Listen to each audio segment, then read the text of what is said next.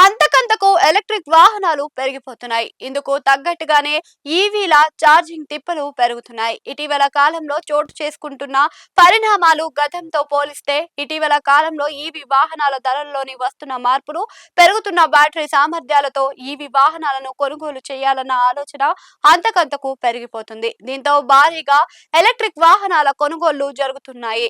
ఇదంతా ఒక ఎత్తు అయితే ఈవీ వాహనాల ఛార్జింగ్ కోసం పలు ఇబ్బందులు ఎదురవుతున్నాయి. ఇందులో ముఖ్యమైనది ఒక్కో కేంద్రంలో ఒక్కో మాదిరిగా వసూలు చేస్తున్న పరిస్థితి. ఈ నేపథ్యంలో అన్ని చోట్ల ఒకేలాంటి ఛార్జింగ్ ఫీజులు ఉండేలా ఏర్పాటు చేయబడటంతో పాటు ఎక్కడ ఛార్జింగ్ చేసినా చెల్లింపులకు ఒక ప్రత్యేక వ్యాలెట్ ను సిద్ధం చేస్తే తిప్పలు తగ్గుతాయన్న మాట వినిపిస్తుంది. వివిధ కంపెనీల ఛార్జింగ్ స్టేషన్లు వేర్వేరు యాప్లు వాలెట్లను ఉపయోగించడం వినియోగదారులకు సమస్యగా మారుతుంది.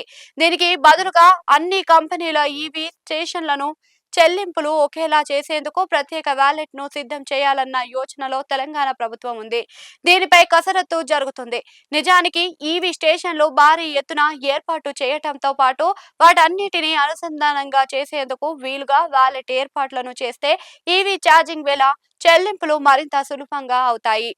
వాలెట్ లో డబ్బులు లోడ్ చేస్తే చాలు, వాటిని నుంచి ఇట్టే చెల్లింపులు చేసేలా ప్లాన్ చేస్తున్నారు. ఈ అంశంపై వాహనాలని ఛార్జ్ చేసే సంస్థల్లోని ప్రభుత్వ అధికారులతో చర్చలు అయితే జరుపుతున్నారు. అంతేకాదు ప్రభుత్వ ప్రైవేట్ భాగస్వామ్యంతో పెద్ద ఎత్తున ఛార్జింగ్ స్టేషన్లను ఏర్పాటు చేయడం ద్వారా ఈవీల కొనుగోలులు మరింత పెరుగుతాయి. అంతేకాదు హైవేలలో ప్రతి 40 నుంచి 50 కిలోమీటర్లకు ఒక ఛార్జింగ్ కేంద్రం ఉండేలా ప్లాన్ చేయాలి.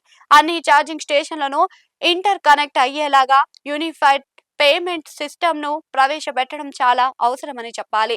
మొత్తానికి ఆ దిశగా తెలంగాణ ప్రభుత్వం కసరత్తు చేస్తుంది.